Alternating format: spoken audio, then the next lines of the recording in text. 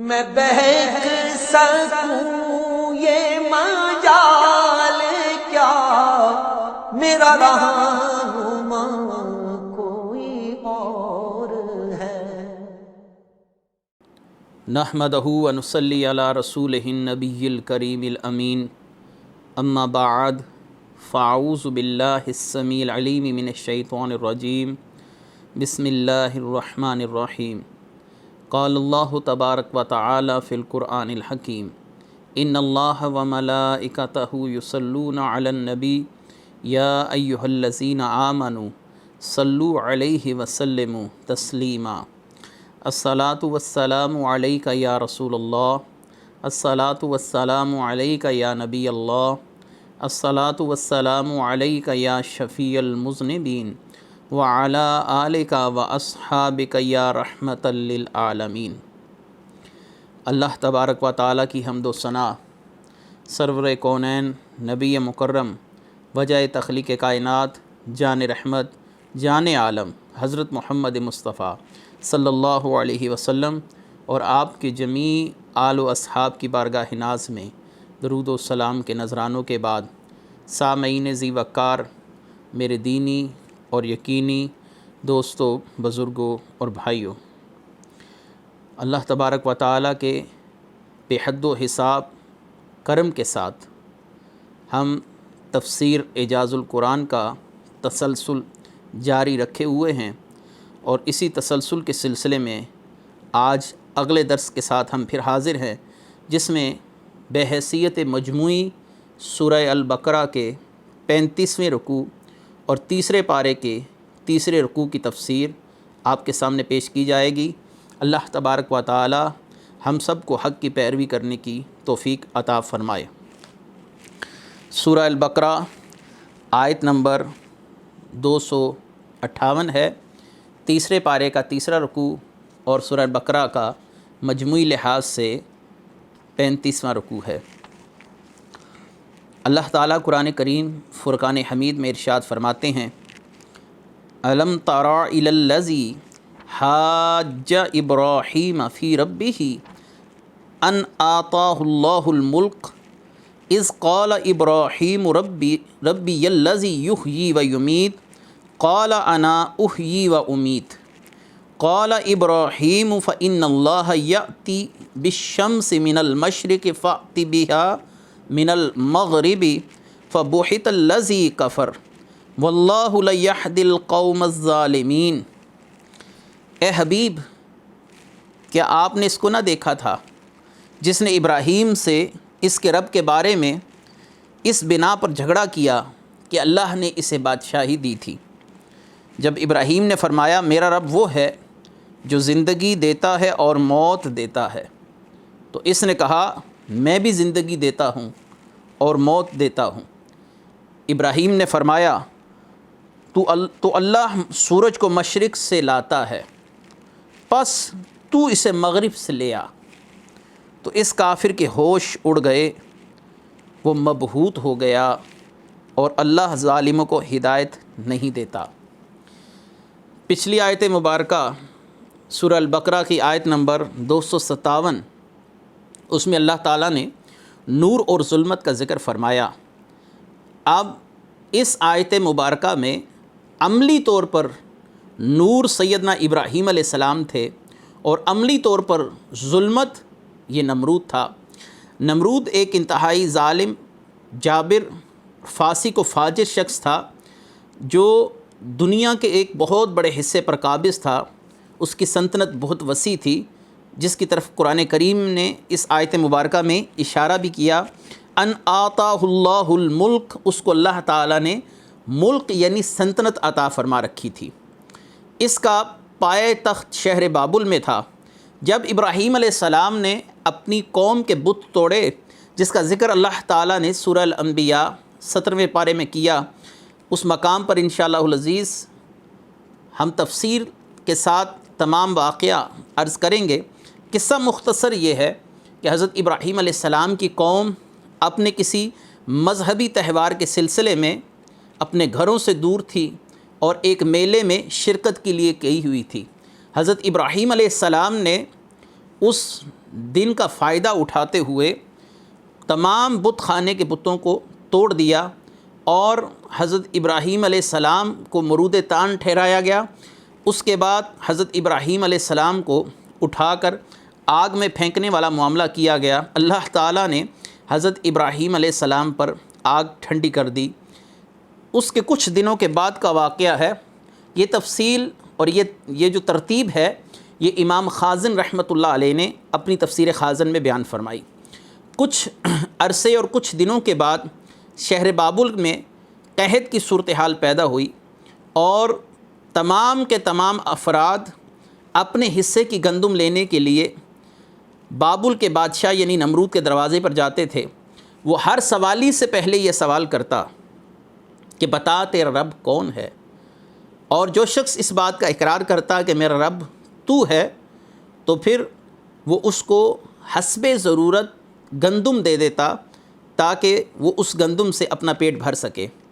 جب حضرت ابراہیم علیہ السلام اس کے دروازے پر پہنچے تو اس نے حسب معمول یہی سوال اللہ کے خلیل سے کیا، بتا تیرا رب کون ہے؟ تو حضرت ابراہیم علیہ السلام نے کسی تردد کے بغیر جواب دیا، میرا رب وہ ہے جو زندہ کرتا ہے اور جو مارتا ہے، یعنی زندگی اور موت دونوں پر قادر ہے۔ تو نمرود نے حضرت ابراہیم علیہ السلام کو کہا یہ کام تو میں بھی کر سکتا ہوں۔ تو 2 آدمی قید خانے سے ان کو بلا کر جس کے لیے سزائے موت تجویز ہو چکی تھی اس کو آزاد کر دیا، اور جو شخص سزائے موت کا حقدار نہ تھا اس کو سولی چڑھا دیا گیا۔ کہنے لگا یہ کام تو میں بھی کر سکتا ہوں۔ اب یہ شخص غبی ذہن تھا، یعنی کند ذہن تھا، اس کا ذہن کام نہیں کرتا تھا۔ حضرت ابراہیم علیہ السلام جان گئے کہ یہ دلیل کو سمجھ نہیں پایا، کیونکہ جو پہلے ہی زندہ ہو اس کو زندہ کرنا کیا معنی رکھتا ہے؟ اس نے آگے ایک شخص زندہ تھا اس کو کیا زندہ رکھا؟ وہ تو پہلے سے ہی زندہ تھا، جبکہ حضرت ابراہیم علیہ السلام کی دلیل یہ تھی کہ میرا رب مردوں کو زندہ کرتا ہے، تو اس نے زندہ ہی کو زندہ رہنے دیا، لہٰذا دلیل اور دعوے میں مطابقت نہ پائی گئی۔ حضرت ابراہیم علیہ السلام سمجھ گئے کہ یہ میری دلیل کو نہیں سمجھ سکا، یا یہ غبی شخص ہے، اس کو اس سے آسان مثال کے ساتھ سمجھایا جائے کہ رب کون ہے۔ یہ بات یہاں پر ذہن نشین رہے کہ حضرت ابراہیم علیہ السلام کا دلیل بدلنا یہ دلیل کی کمزوری کی بنا پر نہیں تھا، دلیل میں کوئی سکم نہیں تھا۔ حضرت ابراہیم علیہ السلام نے اس کی ذہنی کیفیت کو مد نظر رکھتے ہوئے اپنی دلیل کو تبدیل کیا۔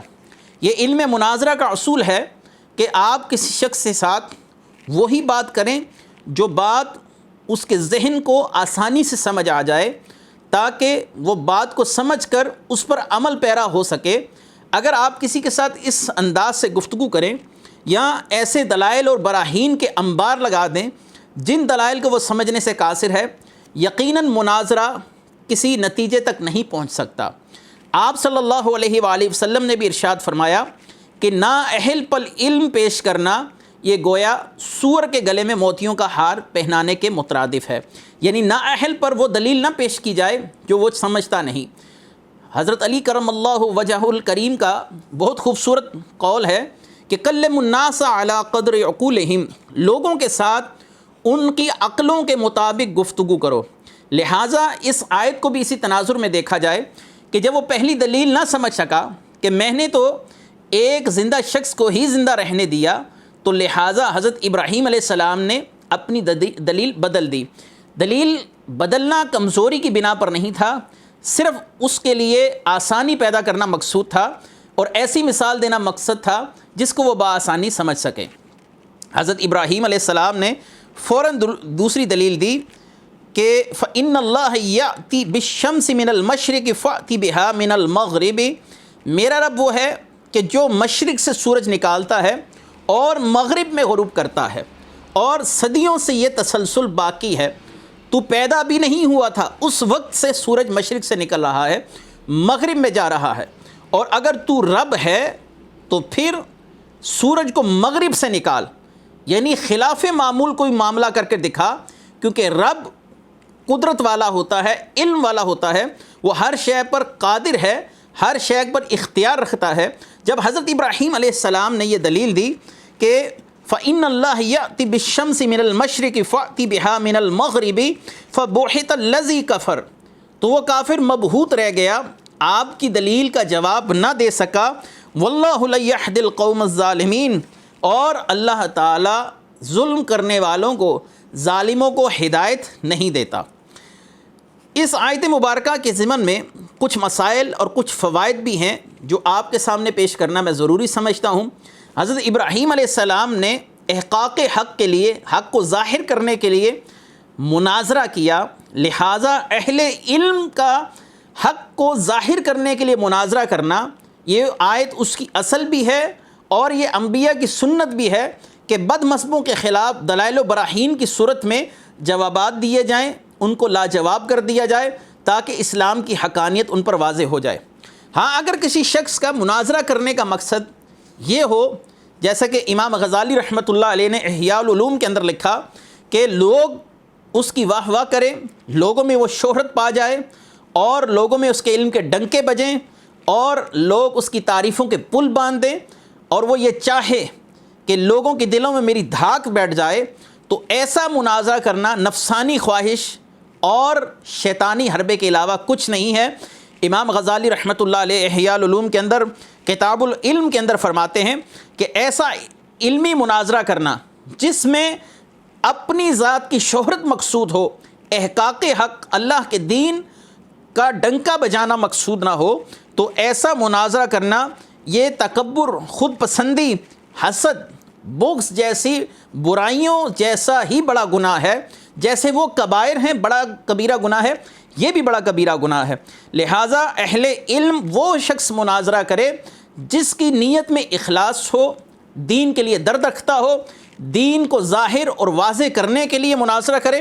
ہاں، لوگوں میں میری شہرت کا ڈنکا بج جائے تو یہ بات قطعاً صحیح نہیں ہے، یہ نفسانی خواہش کا تقاضا ہے کہ لوگ مجھے بہتر کہیں، اور یہ بہتری کا سب سے پہلا نعرہ شیطان نے لگایا تھا، انا خیر، میں بہتر ہوں حضرت آدم علیہ السلام سے۔ تو امام غزالی رحمۃ اللہ علیہ نے فرمایا ایسا مناظرہ کرنا، ایسا بحث مباحثہ اور بحث و تمہیز کرنا، یہ گویا سنت شیطان ہے، شیطان کا طریقہ ہے۔ ہاں، اگر احقاق حق مقصود ہو، اللہ کی رضا مقصود ہو، نبی کریم صلی اللہ علیہ وسلم کے دین کی حقانیت ظاہر کرنا مقصود ہو، تو یقیناً ایسا مناظرہ کرنا قابل ستائش بھی ہے، قابل تحسین بھی ہے، قابل اجر بھی ہے، اسلام کے اندر محمود بھی ہے، اور اس کی اصل اس آیت مبارکہ کو قرار دیا جا سکتا ہے۔ اس کے بعد دوسرا مسئلہ کہ مناظرے میں اپنے بالمقابل کو وہ دلیل دی جائے جو بآسانی سمجھ سکے، تاکہ ایسے دلائل کو سمجھ کر اس کو حق سمجھنے میں آسانی ہو۔ آپ اس کو اپنی علمی دھاک دکھانے کے لیے مشکل مسائل کے اندر پھنسا لیں کہ یہ لفظ مشکل ہے، یہ مجمل ہے، یہ محکم ہے، یہ مفسر ہے، یہ اقتضاء النص ہے، یہ اشارت النص ہے، یہ دلالت النص ہے۔ اس طرح کی گفتگو کرنے سے ممکن ہے کہ اگلا شخص حق تک نہ پہنچ سکے۔ اس کے ساتھ آسان پیراہے میں گفتگو کی جائے، آسان طریقے میں گفتگو کی جائے تاکہ وہ شخص آسانی سے بات کو سمجھ سکے۔ دوسرا یہ ہے کہ اللہ تبارک و تعالی کی ذات کی نشانیاں، کہ اللہ تعالیٰ موجود ہے، وحدہ لا شریک ہے، واجب الوجود ہے، اور پوری کائنات اس کے حکم سے چل رہی ہے۔ یہ تمام کی تمام نشانیاں اس کائنات میں موجود ہیں۔ دیکھیے، سورج مشرق سے نکلتا ہے، مغرب میں غروب ہوتا ہے، یہ روز نمرود مشاہدہ کرتا رہا، لیکن اس نشانی کی طرف توجہ مرکوز حضرت ابراہیم علیہ السلام نے کروائی۔ تو اگر کسی شخص نے ان نشانیوں سے ہدایت حاصل نہ کی تو یقیناً یہ انسان کے اپنے فہم کا قصور ہے۔ مثنوی شریف میں ایک بڑا ہی دلچسپ واقعہ کہ ایک جوہری اور ایک چور کا واقعہ ہے۔ ایک چور کسی جوہری کے گھر مہمان بن کر آیا، اور جوہری کے پاس ایک پیش قیمت موتی تھا، یعنی بہت مہنگا موتی تھا، اور چور کو اس موتی کا پتہ چل گیا کہ بہت ہی قیمتی موتی ہے، تو وہ رات کو اس موتی کو تلاش کرتا، اور جب صبح ہوتی تو پھر اپنے معمولات کے کام میں لگ جاتا۔ اس کا مقصد اس جوہری سے اس موتی کو اڑا لے جانا تھا، لیکن جوہری بہت ہی عقل مند تھا، وہ رات کو وہی موتی چور کے اپنے کپڑوں کی جیب میں ڈال دیتا تاکہ چور پورے گھر کو تلاش کرے لیکن اپنی جیب تو وہ نہیں دیکھتا تھا، جس وجہ سے وہ موتی بچا رہا۔ آخر کار جوہری سے چور نے تنگ آ کر پوچھا کہ وہ جو موتی ہے، جو تمہارے پاس بڑا بیش قیمت موتی ہے، وہ تم رات کو کہاں چھپاتے ہو؟ تو جوہری نے جواب دیا کہ میں اسے تمہاری جیب کے اندر ڈال دیتا تھا۔ ایسے ہی معرفت الہی کا موتی خود ہمارے پاس موجود ہے، صرف ہم تلاش اس نظر سے نہیں کرتے۔ نہیں تو اللہ والے جتنے بھی ہیں، اولیاء کاملین ہیں، انبیاء علیہم السلام ہیں، وہ کائنات کی ہر چیز کے اندر اللہ تبارک و تعالیٰ کی قدرت دیکھتے ہیں اور اللہ تعالیٰ کی ذات کی نشانیاں دیکھ کر غور و فکر کر کر اعلیٰ مراتب پاتے ہیں۔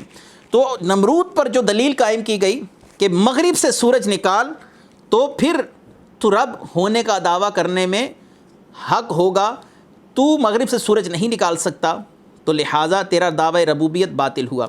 یہاں پر ذہنوں میں ایک سوال ضرور ہوگا کہ مغرب سے سورج نکال اگر تو رب ہے، تو نبی کریم صلی اللہ علیہ وآلہ وسلم کی دعا حضرت علی کرم اللہ وجہ الکریم کی نماز عصر قضا ہونے کے بعد جو تھی کہ اے اللہ فردت علیہ الشمس، یا اللہ سورج کو واپس لوٹا، سورج کو واپس کر، اور اللہ تعالیٰ نے سورج کو مغرب سے نکالا نبی کریم صلی اللہ علیہ وآلہ وسلم کی دعا کرنے کے بعد۔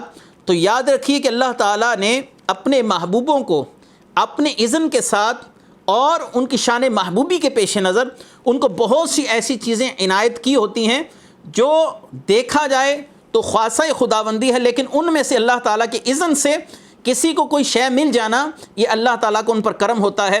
جیسے مردوں کو زندہ کرنا، یہ اللہ تبارک و تعالیٰ کی شان ہے، لیکن اللہ تعالیٰ نے اس کمال کا حصہ اپنے محبوب بندے حضرت عیسیٰ علیہ السلام کو بھی عطا فرمایا۔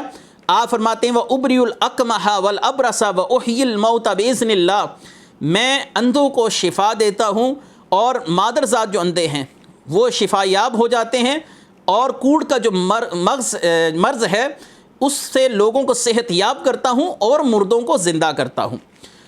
میں مردوں کو زندہ کرتا ہوں، حقیقتاً یہ تو اللہ تبارک و تعالیٰ کی شان کریمی ہے، وہ مردوں کو زندہ کر سکتا ہے، وہ مردوں کو زندہ کرتا ہے، قیامت کے دن مردوں کو زندہ کرے گا۔ لیکن اللہ تبارک و تعالیٰ نے اس شان میں سے اپنے محبوبوں کو بھی عنایت کیا، حصہ عطا فرمایا۔ یہ شرک نہیں ہے، کیونکہ ہم ان کمالات کو بے اذن اللہ مانتے ہیں۔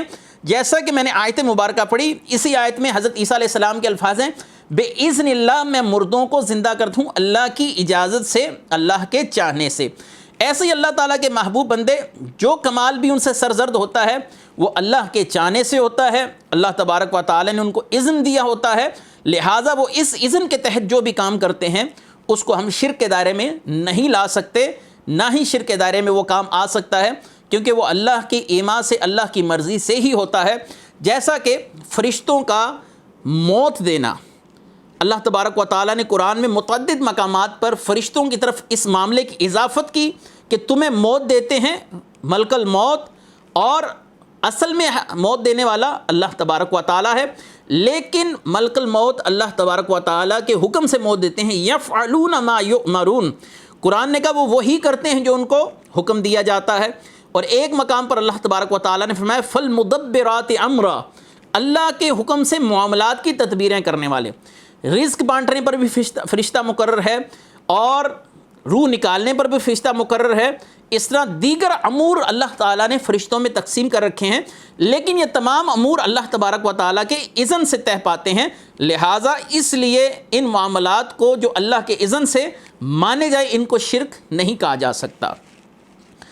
آگے اگلی آیت مبارکہ میں اللہ تبارک و تعالیٰ ارشاد فرماتے ہیں او کالذی مر علی قریۃ وہی خاویۃ علی عروشها قال ان یحیی هذه اللہ بعد موتها فاماته اللہ 100 عام ثم بعثه قال کم لبثت قال لبثت یوما او بعد یوم قال بل لبثت 100 عام فانظر الى طعامك وشرابك لم يتسنح وانظر الى حمارك وَلِنَجْعَلَكَ آيَاتًا لِلنَّاسِ وَانظُرْ إِلَى الْعِظَامِ كَيْفَ نُنْشِزُهَا ثُمَّ نَكْسُوهَا لَحْمًا فَلَمَّا تَبَيَّنَ لَهُ قَالَ أَعْلَمُ أَنَّ اللَّهَ عَلَى كُلِّ شَيْءٍ قَدِيرٌ۔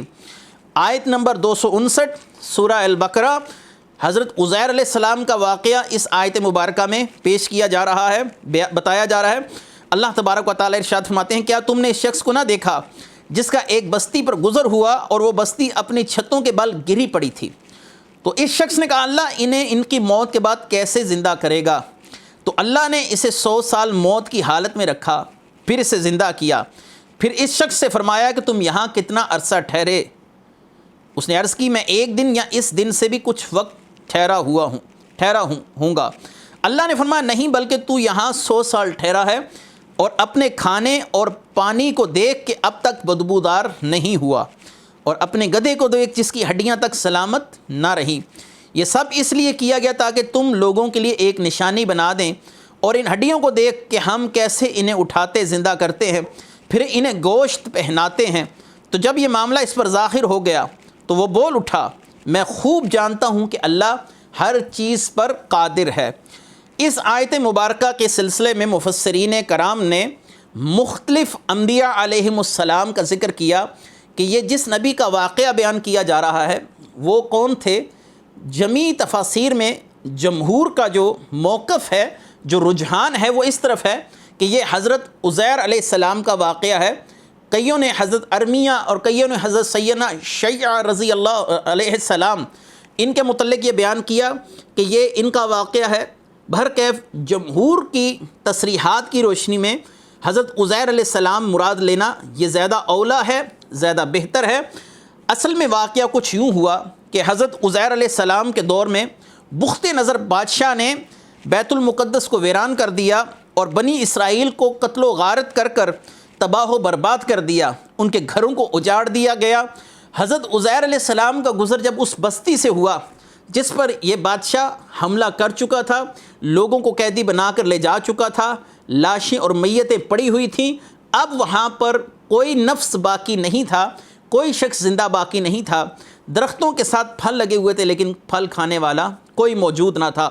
حضرت عزیر علیہ السلام نے جب اس اجڑی ہوئی بستی کو دیکھا تو اللہ تبارک و تعالیٰ سے سوال کیا، اے میرے رب کریم، تو ان کو کیسے دوبارہ آباد کرے گا، کیسے زندہ کرے گا؟ یعنی یہ ساری صورتحال دوبارہ معمول پر کیسے آئے گی؟ یاد رہے کہ اللہ کی قدرت پر شک کرنا یہ کفر ہے، اور کسی نبی سے یہ بات ممکن نہیں کہ وہ اللہ کی قدرت پر شک کرے۔ ہاں، یہ سوال اس لیے تھا کہ یا باری تعالیٰ میں اس کیفیت کو دیکھنا چاہتا ہوں، یا اللہ یا وہ کیفیت مجھے دکھا دے۔ ایک یہ ہے کہ آپ یہ بات جانتے ہیں کہ آپ نے مرنا ہے، یہ تو سب کو پتہ ہے، علم میں ہے سب کے بعد، لیکن جب آپ اپنی آنکھوں سے کسی کو مرتا ہوا دیکھتے ہیں تو آپ کو عین الیقین حاصل ہو جاتا ہے، یقین کا اوپر والا درجہ۔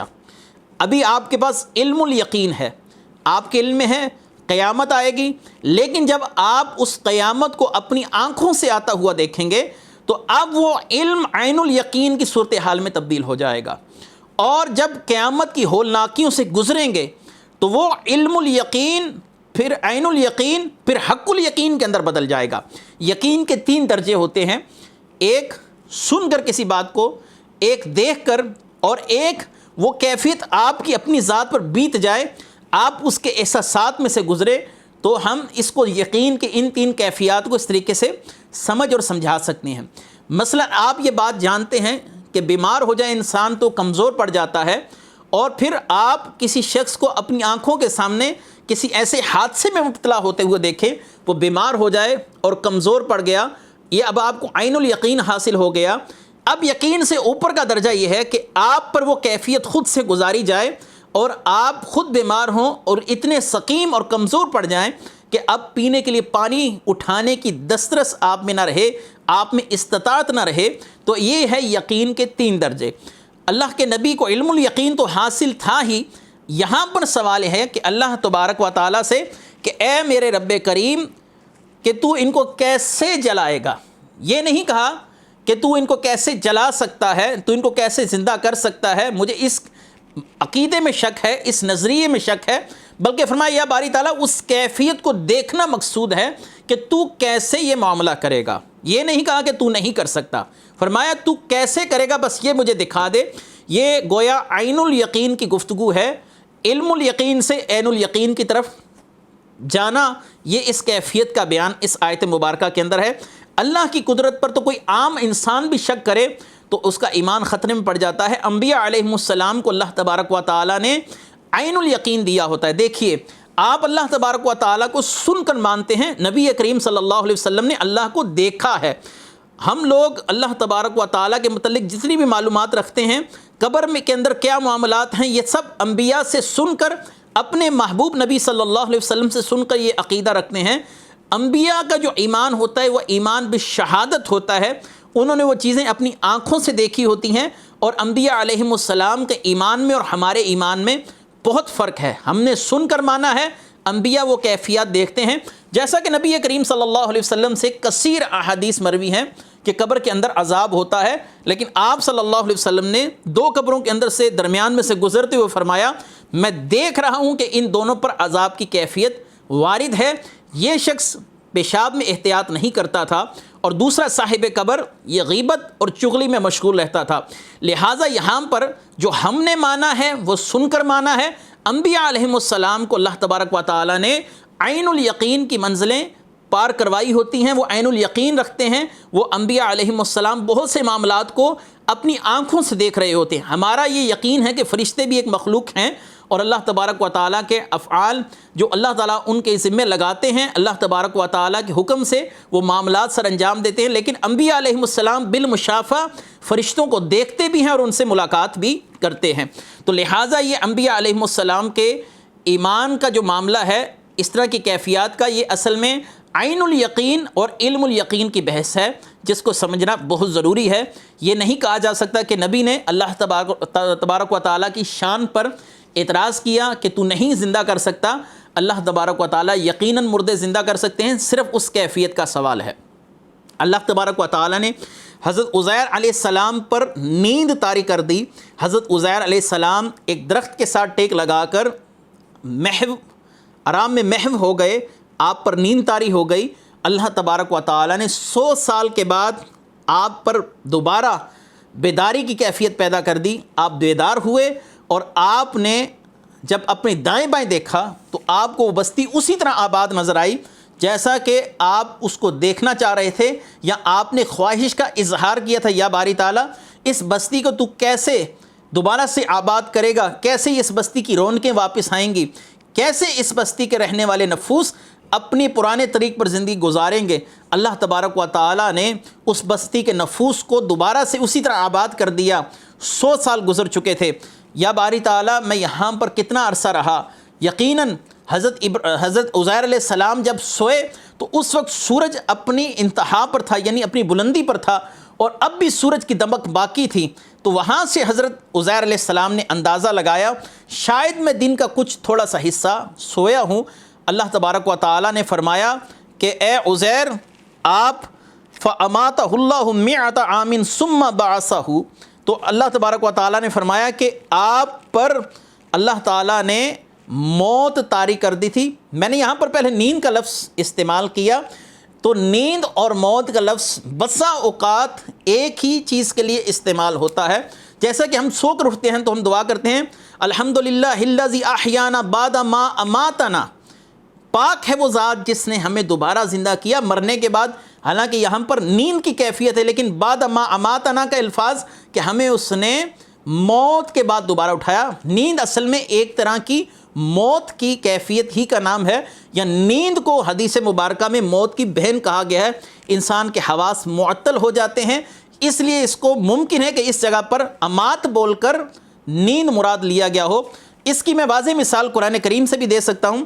سورہ الکہف میں اگر ہم آتے ہیں تو سورہ الکہف میں اللہ تبارک و تعالیٰ نے اصحاب کہف کا ایک واقعہ بیان کیا کہ اصحاب کہف پر 309 سال تک نیند طاری ہو گئی، اور وہ کروٹیں بھی بدلتے تھے۔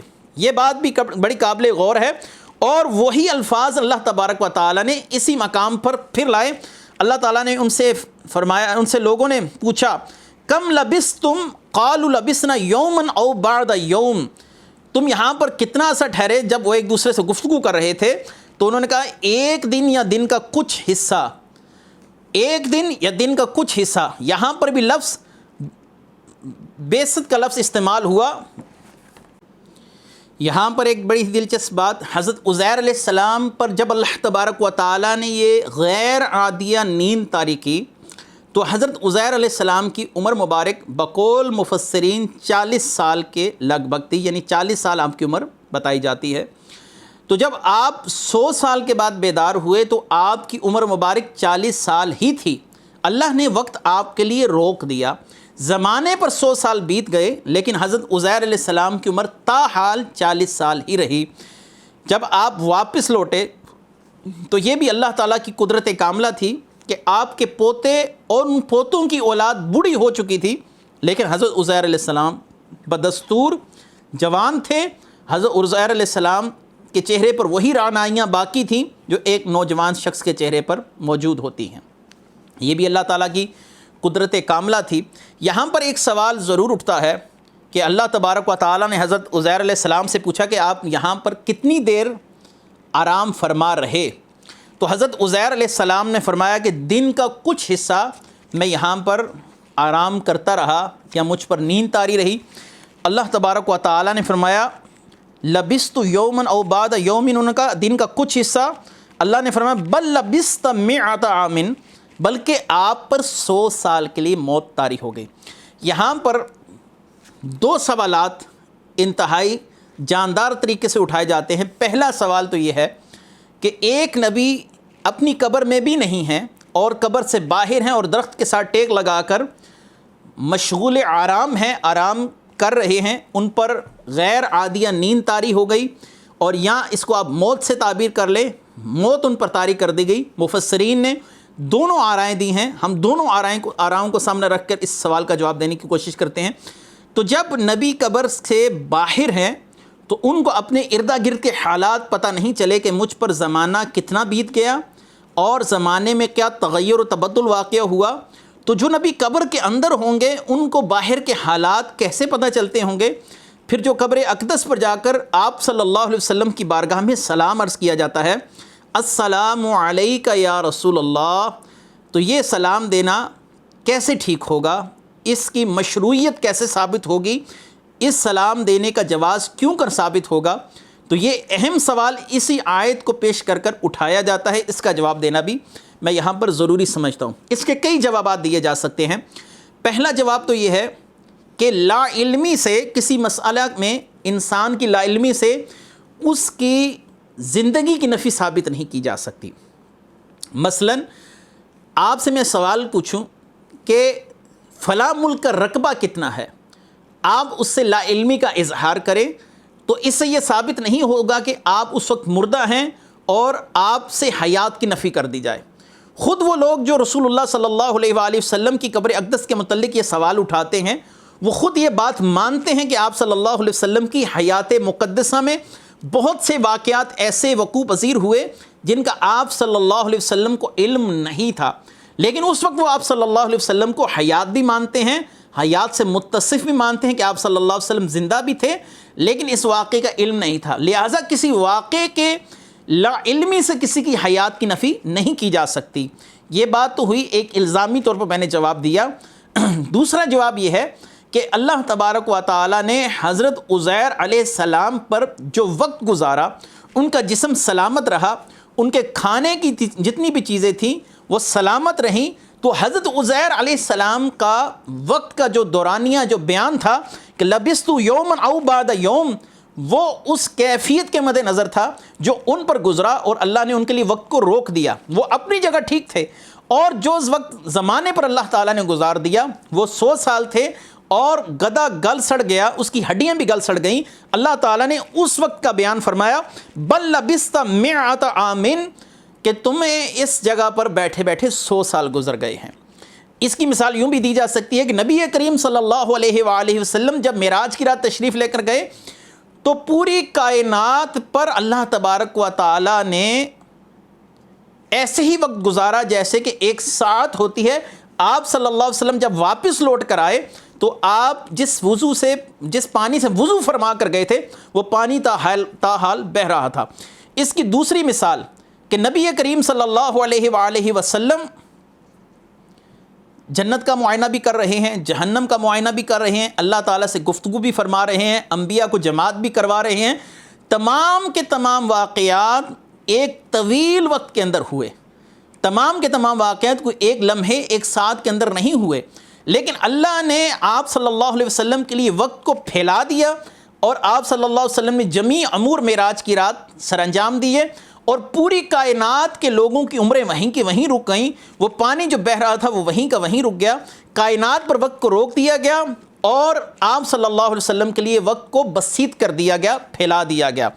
ایسے ہی یہ بات بھی ممکن ہے کہ اللہ تعالیٰ نے حضرت عزیر علیہ السلام کے لیے وقت کو مختصر کر دیا ہو، اور کائنات کے لیے وقت کو 100 سالوں پر محیط کر دیا ہو۔ جو حضرت عزیر کا بیان ہے وہ اپنے آپ پر گزرنے والے وقت کے لحاظ سے ہے، اور جو اللہ تبارک و تعالیٰ نے فرمایا کہ 100 سال گزرے ہیں وہ زمانے کے لحاظ سے بیان ہوگا، جیسا کہ اصحاب کہف، یہ دوسری مثال دے رہا ہوں سورہ الکہف کے اندر، کہ 309 سال تک غار کے اندر آرام فرما رہے، ان پر اللہ تعالیٰ نے وقت کو روک دیا۔ اب وہ جب بیدار ہوئے تو ایک دوسرے سے سوال کرنے لگے، ہم یہاں پر کتنی دیر ٹھہرے ہیں؟ اپنی ظاہری حالت اور اپنے آپ پر گزرنے والے وقت کے مد نظر انہوں نے یہ بات کہی کہ ہم ادھر دن کا کچھ حصہ تو آرام کرتے رہے ہیں، کچھ زیادہ دیر تو ہم نے یہاں پر آرام نہیں کیا۔ اب جب وہ لے کر سکے باہر نکلے اور انہوں نے زمانے کے تغیر و تبدل کو دیکھا تو حیران و پریشان ہو گئے کہ 309 سال اللہ نے زمانے کے گزار دیے تھے، اور لوگوں پر 309 سال گزر چکے تھے، لیکن اللہ کے ان محبوب بندوں پر وہ 309 سال گویا ایک ساعت کی طرح ہی تھے۔ اس کی ایک اور مثال بھی دی جا سکتی ہے۔ حضرت داؤد علیہ السلام آپ رکاب کے اندر جب پاؤں ڈالتے تھے تو اپنا پاؤں دوسری رکاب تک گھوڑے پر بیٹھتے بیٹھتے آپ کا پاؤں جتنی دیر میں دوسری رکاب تک پہنچتا تھا، آپ پوری کتاب اللہ یعنی آپ پوری کی پوری زبور کو پڑھ لیا کرتے تھے۔ اب یہاں پر علماء پر یہ سوال ضرور اٹھا، بخاری کے شارحین پر یہ سوال ضرور اٹھا، یہ کیسے ممکن ہے کہ زبور ایک بہت بڑی کتاب ہے اور انسان گھوڑے کے ایک رکاب میں پاؤں رکھے اور دوسرا پاؤں دوسری رکاب تک جاتے جاتے پوری کتاب کو پڑھ لے؟ تو انہوں نے کہا یہاں پر ایسا ہی ہے کہ اللہ تعالیٰ نے ان کے لیے وقت کی تنابیں کھینچ دی تھی، اور اللہ تبارک و تعالیٰ نے ان کے لیے وقت کو سمیٹ دیا تھا، اللہ تعالیٰ نے ان کے لیے وقت میں برکت پیدا کر دی تھی۔ یہ بات ممکن ہے۔ اس کی مثال ایک اور حدیث مبارکہ سے بھی دی جا سکتی ہے کہ قیامت کا دن جو 50,000 سال کا دن ہوگا وہ لوگوں پر 50,000 سال کے برابر گزرے گا، لیکن اللہ کے محبوب بندوں پر وہی وقت نماز عصر کی مقدار کے برابر جو وقت ہوتا ہے، یعنی کوئی شخص 4 رکعت نماز فرض پڑھتا ہے اور اس کو بمشکل 5 منٹ لگتے ہیں انسانی لحاظ سے، وہ 5 منٹ جب نماز پڑھ کر وہ ہٹیں گے اور دیکھیں گے اللہ تبارک و تعالیٰ نے پوری مخلوقات کا حساب بے باک کر دیا ہوگا، یعنی پوری مخلوقات کا حساب ہو چکا ہوگا، وہ سوال کریں گے یا باری تعالیٰ اتنی برق رفتاری کے ساتھ سارا معاملہ ہوا؟ ان کو بتایا جائے گا کہ یہ معاملہ 50,000 سال پر محیط ہے اور تم پر اللہ نے وقت کو کم کر کے گزارا ہے۔ تو اس طرح کی بہت سی مثالیں ہیں جو تئی زمانی اور تئی مکانی سے تعلق رکھتی ہیں۔ تو حضرت عزیر علیہ السلام کی بات اس لحاظ سے ٹھیک ہو سکتی ہے کہ اللہ نے ان پر اور کھانے پر، جو انہوں نے اپنے سامنے انگور رکھے تھے برتن کے اندر، ان پر اور اس کھانے پر وقت اللہ تعالیٰ نے اتنا ہی گزارا ہو جتنا کہ وہ بیان کر رہے ہیں، اور بل لبست مئۃ عام، اس کے اندر اس وقت کا بیان ہو جو اللہ تعالیٰ نے زمانے پر گزارا، جو گدھے کے اوپر گزر گیا، جو دیگر زمانے پر گزر گیا۔ لہٰذا ادھر جو تعیین میں اختلاف ہے کہ میں نے ادھر تھوڑا سا گزارا اور بعد میں پتہ چلا یہ 100 سال ہیں، اللہ تبارک و تعالیٰ نے فرمایا کہ دیکھیے وانظر الی حمارک، اپنے گدھے کی طرف دیکھیے، وَلِنَجْعَلَكَ آیَةً لِلنَّاسِ وانظر الی العظام کیف ننشزها ثم نکسوها لحما۔ اللہ تبارک و تعالیٰ نے تمہارے گدھے کے ساتھ کیا معاملات کیے جس کی ہڈیاں تک سلامت نہ رہیں، یہ سب اس لیے کیا گیا تاکہ تم لوگوں کے لیے ایک نشانیاں بنا دیں، اور ان ہڈیوں کو دیکھ کر ہم انہیں کیسے اٹھاتے ہیں۔ اللہ تبارک و تعالیٰ نے حضرت عزیر علیہ السلام سے ایک اور جواب بھی اس مسئلے پر دیا جا سکتا ہے کہ وہاں پر دنیا آباد ہو چکی تھی، لوگ اپنی مصروفیات زندگی کے اندر مشغول تھے، ان سے اللہ تعالیٰ نے حضرت عزیر علیہ السلام کو پوشیدہ رکھا۔ یہی حکمت اس جگہ پر بھی ہو سکتی ہے کہ اللہ تعالیٰ نے حضرت عزیر علیہ السلام سے کسی حکمت کے تحت ان لوگوں کو بھی پوشیدہ رکھا ہو، لہٰذا اس واقعے کو بیان کر کر انبیاء علیہم السلام کی شعور، ادراک اور علم کی نفی نہیں کی جا سکتی۔ نبی کریم صلی اللہ علیہ وآلہ وسلم نے فرمایا الانبیاء احیاء فی قبورہم یصلون، نبی قبروں میں زندہ ہیں، نماز پڑھتے ہیں۔ انبیاء کو شعور ہوتا ہے باہر کیا ہو رہا ہے۔ انبیاء کو اگر شعور نہیں تھا، علم نہیں تھا، قدرت نہیں تھی، تو معراج کی رات ان کو علم کیسے ہوا کہ آپ صلی اللہ علیہ وآلہ وسلم مسجد اقصیٰ میں امامت کے لیے تشریف لا رہے ہیں؟ انبیاء علیہم السلام اگر جانتے نہیں تھے تو وہ مسجد اقصیٰ تک کیسے پہنچے؟ اگر اللہ نے ان کو قدرت نہیں دی تھی تو وہ مسجد اقصیٰ تک کیوں کرائے؟ ان تمام انبیاء نے نبی کریم صلی اللہ علیہ وسلم کے پیچھے نماز بھی پڑھی۔ ان انبیاء کو اللہ تعالیٰ نے اس بات کا شعور بھی دیا تھا۔ آج کائنات کا جو دلہا ہے، آج کائنات کے جو آقا ہیں، آج انبیاء کے جو سردار ہیں، وہ مسجد اقصیٰ میں امامت کے لیے تشریف لا رہے ہیں۔ انبیاء کو یہ شعور تھا کہ رسول اللہ صلی اللہ علیہ وسلم اللہ سے ملاقات کرنے کے لیے تشریف لے جا رہے ہیں، اس لیے ہر آسمان پر انبیاء علیہ السلام نے رسول اللہ صلی اللہ علیہ وسلم کا خیر مقدم بھی کیا، آپ صلی اللہ علیہ وسلم کو خوش آمدید بھی کہا، آپ صلی اللہ علیہ وسلم سے ملاقاتیں بھی فرمائی، آپ صلی اللہ علیہ وسلم سے امت کے لیے نمازوں میں تخفیف کرنے کا بھی کہا۔ یہ حضرت موسیٰ علیہ السلام ہی تھے جو قبر کے اندر بھی تھے، اور جب نبی کریم صلی اللہ علیہ وسلم مسجد اقصیٰ پہنچے تو وہاں پر بھی تھے، جب آپ صلی اللہ علیہ وسلم آسمانوں پر پہنچے تو چھٹے آسمان پر بھی تھے۔ یہ انبیاء علیہ السلام کے علم، انبیاء علیہ السلام کی قدرت کی بہت بڑی دلیل ہے جو معراج کے واقعے سے ہمیں ملتی ہے۔ آپ صلی اللہ علیہ وآلہ وسلم نے مزید ایک حدیث کے اندر اس بات کی طرف اشارہ کیا کہ قبر کے اندر مجھے شعور بھی ہوتا ہے، ادراک بھی ہوتا ہے۔ آپ صلی اللہ علیہ وسلم نے فرمایا ما من احد یسلم علی الا رد اللہ روحی علی روحی حتی ارد علیہ السلام، جب بھی میرا کوئی امتی مجھے سلام کہتا ہے تو اللہ تعالیٰ میری توجہ اس کی طرف کروا دیتا ہے، میں اس کے سلام کا جواب دیتا ہوں۔ یہ سنن ابو داؤد کی حدیث ہے۔ اس سے نبی کریم صلی اللہ علیہ وآلہ وسلم کے الفاظ سے یہ بات واضح ہو گئی، اگر صاحب قرآن قرآن نہیں سمجھتے تو پھر قرآن کون سمجھتا ہے؟ اس آیت کا وہ معنی مراد لیا جائے جو آج کل کے بعض لوگ مراد لے رہے ہیں، یہ یقیناً نبی کریم صلی اللہ علیہ وسلم کی احادیث کے خلاف ہے۔ آپ صلی اللہ علیہ وآلہ وسلم کی حدیث مبارکہ کے بعد اسی آیت پر دوبارہ غور و فکر کیجئے کہ ایک نبی 100 سال تک مٹی پر بیٹھ کر درخت کے ساتھ ٹیک لگا کر بیٹھے ہیں، لیکن مجال ہے کہ مٹی ان کے جسم اقدس کو مس کر جائے، کھا جائے، ان کے کپڑے تک سلامت رہے، ان کے ہاتھ جس کھانے کے ساتھ مس ہوئے اللہ تعالیٰ نے اس کو بھی محفوظ رکھا۔ اسی لیے رسول اللہ صلی اللہ علیہ وسلم نے فرمایا ان اللہ حرم علی الارض ان تاکل اجساد الانبیاء، زمین پر اللہ نے حرام کر دیا ہے کہ وہ نبیوں کو جسموں کو کھا جائے۔ فنبی اللہ حی، نبی زندہ ہیں، ان کو رزق دیا جاتا ہے۔ جب شہید زندہ ہیں تو انبیاء علیہ السلام تو بدرجہ اتم زندہ ہے، بطریق اولا زندہ ہیں، بدرجہ احسن زندہ ہیں، ان کے زمین ان کے جسموں کو مٹی کیسے کھا سکتی ہے؟ صرف حضرت عزیر علیہ السلام نے جو وقت کا تعین کیا وہ ان کے اپنے ظاہر کے لحاظ سے تھا، اللہ تعالیٰ نے جو 100 سال کا وقت بیان فرمایا وہ زمانے کے لحاظ سے تھا۔ حضرت عزیر علیہ السلام اپنی جگہ پر ٹھیک تھے، اور اللہ تبارک و تعالیٰ نے جو بیان فرما دیا کہ 100 سال تک آپ نے اس جگہ پر گزارے ہیں، یہ اللہ تبارک و تعالیٰ نے اس مدت کا بیان کیا جو کائنات کے اوپر وقت گزر چکا تھا۔ جیسا کہ میں نے اصحاب کہف سے بھی یہ بات آپ کے سامنے بیان کر دی، حضرت داؤد کے لیے وقت کا سمٹ جانا، نبی کریم صلی اللہ علیہ وسلم نے ایک ہی دن میں پوری کائنات کی خبریں دے دیں۔ اس حدیث کے تحت بھی بخاری شریف کے شارحین نے لکھا کہ اللہ تعالیٰ نے وقت کو سمیٹ دیا تھا۔ فَأَخْبَرْنَا عَنْ بَدْءِ الْخَلْقِ حَتَّى دَخَلَ أَهْلُ الْجَنَّةِ مَنَازِلَهُمْ وَأَهْلُ النَّارِ مَنَازِلَهُمْ، رسول اللہ صلی اللہ علیہ وسلم نے ابتدائے خلق سے سب کچھ بتانا شروع کیا، یہاں تک کہ جنتی تمام حساب کتاب کے بعد جنت میں اپنے مقام پر جا پہنچے، جہنمی تمام حساب کتاب کے بعد جہنم میں اپنے ٹھکانوں پر جا پہنچے۔ اللہ تبارک و تعالیٰ کے محبوب نے ایک ہی دن میں تمام کی تمام کائنات کی خبریں دے دیں۔ یہ بھی رسول اللہ صلی اللہ علیہ وسلم کے عظیم معجزات سے ہے کہ اللہ نے ان کے لیے وقت کو سمیٹ دیا تھا۔ اللہ اس بات پر قادر ہے کہ ایک شخص کے لیے وقت کو سمیٹ دے اور دوسرے کے لیے وقت کو بسیط کر دے، پھیلا دے، جیسا کہ میں نے حدیث مبارکہ جو قیامت کے دن کے لیے صورتحال ہوگی اس کا بیان کر دیا۔ اگلی آیت مبارکہ اللہ تبارک و تعالیٰ ارشاد فرماتے ہیں وَإِذْ قَالَ إِبْرَاهِيمُ رَبِّ أَرِنِي كَيْفَ تُحْيِي الْمَوْتَى قَالَ أَوَلَمْ تُؤْمِنْ قَالَ بَلَى وَلَكِنْ لِيَطْمَئِنَّ قَلْبِي قَالَ فَخُذْ أَرْبَعَةً مِّنَ الطَّيْرِ فَصُرْهُنَّ إِلَيْكَ ثُمَّ اجْعَلْ عَلَى كُلِّ جَبَلٍ مِّنْهُنَّ جُزْءًا ثُمَّ ادْعُهُنَّ يَأْتِينَكَ سَعْيًا وَاعْلَمْ أَنَّ اللَّهَ عَزِيزٌ حَكِيمٌ۔ اور جب ابراہیم نے عرض کیا میرے رب تو مجھے دکھا دے کہ تو مردوں کو کس طرح زندہ فرمائے گا، اللہ نے فرمایا کیا تجھے یقین نہیں؟ ابراہیم نے عرض کی یقین کیوں نہیں، مگر یہ چاہتا ہوں کہ میرے دل کو قرار آ جائے۔ اللہ نے فرمایا تو پرندوں میں سے کوئی 4 پرندے پکڑ اور پھر انہیں اپنے ساتھ مانوس کر، پھر ان سب کا ایک ایک ٹکڑا ہر پہاڑ پر رکھ، پھر انہیں پکار تو وہ تمہارے پاس دوڑتے ہوئے چلے آئیں گے، اور جان رکھو کہ اللہ تعالیٰ غالب ہے۔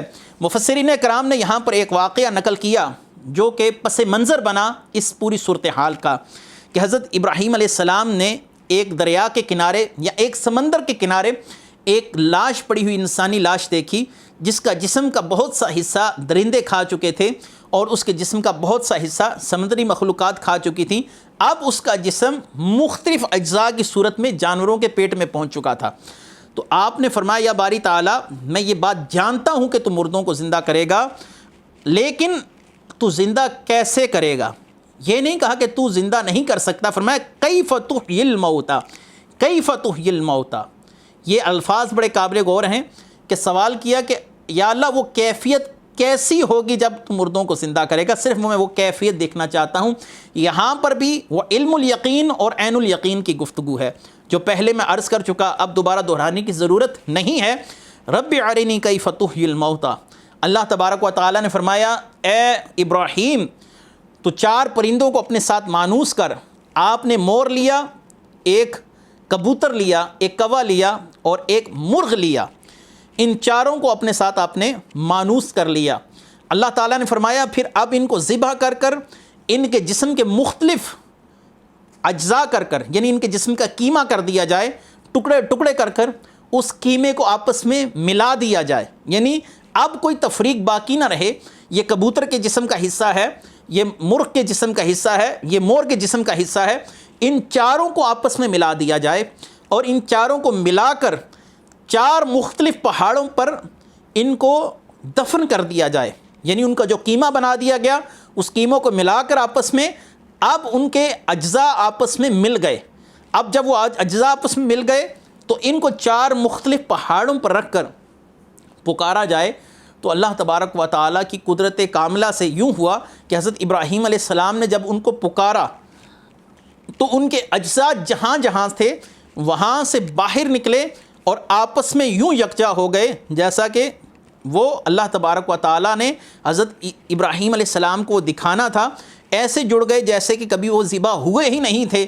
ان کے جسم کے ایک ایک بال اور ان کے جسم کے پرزے، ان کی ٹانگیں، ان کے پر، ہر چیز اپنی جگہ پر آ کر یکجا ہو گئی اور وہ 4 زندہ ہو کر حضرت ابراہیم علیہ السلام کی طرف بھاگتے ہوئے آ گئے۔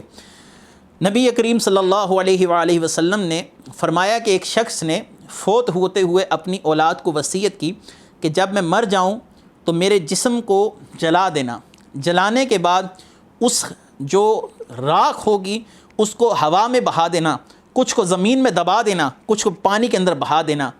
یہ اس نے کیوں کیا؟ اس کا جواب بھی اس حدیث مبارکہ میں موجود ہے۔ یہ حدیث صحیح بخاری شریف میں موجود ہے۔ جب وہ شخص مر گیا تو حسب وصیت اس کے بچوں نے اس کے جسم کو جلا دیا، کچھ حصہ پانی میں بہا دیا، کچھ حصہ اس کی راکھ کا مٹی میں دبا دیا گیا، کچھ ہوا میں اڑا دیا گیا۔ اللہ تبارک و تعالیٰ جب کسی شے کا ارادہ فرماتا ہے تو کہتا ہے کہ ہو جا، تو وہ چیز ہو جاتی ہے۔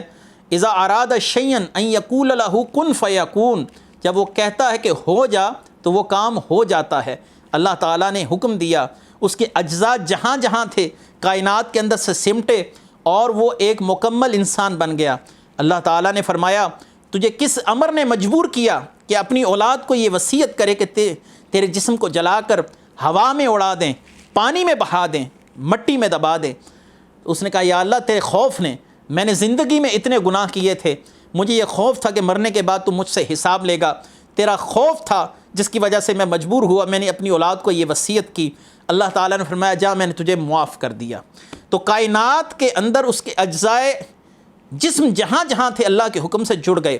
ایسے ہی ایک نبی نے آواز دی ثم ادعوہن یأتینک سعیا، آپ نے دعا ان کو پکارا، ان مردہ جانوروں کو پکارا، ان مردہ پرندوں کو پکارا، وہ نکلتے ہوئے بھاگے آئے اور ان کے اجزاء جڑ گئے۔ یہاں پر ایک بات بڑی قابل غور ہے کہ وہ تمام کے تمام پرندے اس وقت مردہ ہو چکے تھے، ان کے اجزاء بھی ایک جگہ پر موجود نہ تھے۔ اللہ نے پھر بھی فرمایا کہ ان کو پکاریے۔ اللہ نے ان کے اجزاء کے، جسم کے اجزاء کے ساتھ روح کا تعلق متصل کر رکھا تھا، یعنی ان کے جسم کے اجزاء جہاں جہاں پر بھی تھے، روح کا اللہ تعالیٰ نے ان کے ساتھ تعلق رکھا تھا، اور ان اجزاء کے اندر سننے کی اور شعور کی کیفیت پیدا کر رکھی تھی۔ اہل سنت کا بھی یہی مذہب ہے کہ کوئی شخص اگر بم بلاسٹ کے اندر مر جاتا ہے، اس کے جسم کو جانور کھا جاتے ہیں، اس کے جسم کے اجزاء جہاں پر بھی ہوں گے، اللہ تعالیٰ ان میں شعور پیدا کر کر، ان کے ساتھ علم والی کیفیت پیدا کر کر، ان کے ساتھ روح کا ایک اتصالی تعلق پیدا کر کر اللہ تعالیٰ ان کے ساتھ ہر معاملہ کرنے پر قادر ہے۔ تو اب حضرت ابراہیم نے جب ان کو پکارا اور ہر جز جہاں پر بھی موجود تھا، اس پکار کے بعد یکجا ہوا، اور یکجا ہو کر ایک پرندے کی صورت میں متشکل ہو کر آپ کے سامنے آ کھڑا ہوا، تو اللہ تعالیٰ اس بات پر قادر ہے کہ جسم سلامت نہ بھی ہوں، جسم بٹ گئے ہوں، اللہ تعالیٰ ان کو پکار سنا سکتا ہے۔ تو ہمارے آقا کریم صلی اللہ علیہ وآلہ وسلم کو جب ہم یہاں سے پکارتے ہوں گے، آپ کا جسم اقدس جو مدینہ شریف کے اندر موجود ہے، اللہ تعالیٰ ہماری پکار اپنے محبوب کو کیوں نہیں سناتے ہوں گے؟ اسی لیے نبی کریم صلی اللہ علیہ وسلم کو پکارنا یہ اہل سنت کے ہاں قطعاً اس کے اندر کوئی ممانعت نہیں ہے، جائز ہے۔ ہمارا عقیدہ ہے کہ ہم جب آپ صلی اللہ علیہ وسلم کو پکارتے ہیں تو اللہ تعالیٰ ہماری پکار آپ صلی اللہ علیہ وسلم تک پہنچا دیتے ہیں۔ اہل سنت کا دوسرا عقیدہ بھی سمجھ لیجئے کہ جسم پر عذاب، سزا، جزا کی کیفیت کے لیے جسم کا ایک جگہ ہونا ضروری نہیں کہ جسم ایک جگہ قبر میں ہوگا تو اللہ تعالیٰ اسے سزا دینے پر قادر ہوگا، نہیں تو اللہ تعالیٰ اسے سزا نہیں دے سکتا۔ اللہ تعالیٰ اس کے جسم کے اجزاء جہاں پر بھی ہیں ان پر سزا کی کیفیت وارد کرنے پر بھی قادر ہے، اور جسم کے اجزاء جیسے شہداء کے جسم کے اجزاء کٹ جاتے ہیں، سیدنا حمزہ رضی اللہ تعالیٰ عنہ کا کلیجہ نکال کر ہندا لے گئی اور دیگر صحابہ کرام کو مسلح کر دیا گیا، جسم کے اجزاء بٹ گئے۔ کوئی شخص بم بلاسٹ کے اندر مر جاتا ہے، اس کے جسم کے اجزاء نہیں ملتے، اس کے اجزاء جہاں جہاں پر بھی ہوں گے اللہ تبارک و تعالی ان پر سزا اور جزا دونوں دینے پر قادر ہے۔ ان تمام اجزاء کا اللہ تعالیٰ روح کے ساتھ تعلق متصل فرما دیتا ہے، اور وہ جو تعلق اتصالی ہے، وہ اتصالی تعلق اس کے سزا اور جزا کے معاملات کے رستے میں کوئی حائل نہیں ہوتا کہ اللہ تعالیٰ کے لیے کوئی مسئلہ بن جاتا ہے کہ اب جسم ایک جگہ پر نہیں رہا۔ اہل سنت کا ہمیشہ سے یہ مذہب رہا کہ اللہ تبارک و تعالیٰ کسی امر کو جب کرنا چاہتا ہے تو اس کے لیے وہ معاملہ کرنا آسان ہے۔ جسم کے اجزاء جہاں جہاں پر بھی ہوں گے ان میں زندگی، شعور، ادراک اللہ تعالیٰ پیدا کرنے پر قادر ہے۔ اب اللہ تعالیٰ نے شہداء کو زندہ کہا ہے قرآن میں، حالانکہ بعض شہداء کے جسم کے اجزاء نہیں ملتے، ٹانگیں کٹ کر دور جا کر پڑی، کسی شخص کا جسم اتنے زوردار دھماکے کے ساتھ پھٹ گیا کہ اب اس کے جسم کے اعضاء چیتھڑے اڑ گئے، اب قبر میں بھی اس کو دفن نہیں کیا گیا۔ اس کے جسم کے اجزاء جہاں جہاں پر بھی ہیں اللہ تبارک و تعالیٰ ان کے ساتھ حیات کی کیفیت پیدا کرنے پر قادر ہے۔ یاد رہے کہ ایک بڑا اہم نقطہ میں آپ کو اس مقام پر بتانا چاہتا ہوں، اور اس کے بعد میں گفتگو کو ختم کرتا ہوں، کہ روح ایک سبب ہے جو زندگی کا سبب ہے، اس سے زندگی کے آثار پیدا ہوتے ہیں، لیکن اللہ تعالیٰ بغیر روح کے بھی زندگی پیدا کرنے پر قادر ہے کہ اب جسم سلامت ہوگا، پھر روح اللہ تعالیٰ اس میں لوٹائے گا، پھر انسان کے اندر ادراک و شعور اور علم پیدا ہوگا۔ میت کے لیے یہ ضروری ہے، یہ بات قطعاً ٹھیک نہیں۔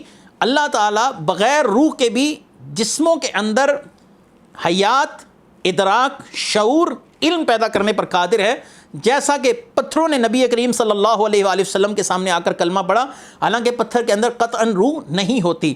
آپ صلی اللہ علیہ وسلم کے جسم اقدس کے ساتھ اس بے جان تنے کا مس ہونا جو خشک تنا تھا، آپ صلی اللہ علیہ وسلم کا جسم جب اس کے ساتھ مس ہوتا تھا، اور آج آپ صلی اللہ علیہ وسلم اس کے ساتھ ٹیک لگا کر نہیں بیٹھے، اس میں اللہ تعالیٰ نے شعور پیدا کر دیا، وہ گڑ گڑایا، وہ رویا آپ کے فراق میں، آپ صلی اللہ علیہ وسلم کے ساتھ اس نے گفتگو کی، تو معلوم ہوا کہ زندگی کے لیے روح کا ہونا جسم میں اندر شرط نہیں ہے، اللہ بغیر روح کے بھی زندگی پیدا کرنے پر قادر ہے۔ وآخر دعوانا ان الحمد للہ رب العالمین۔ میں بہک سکوں یہ مجال کیا میرا رہا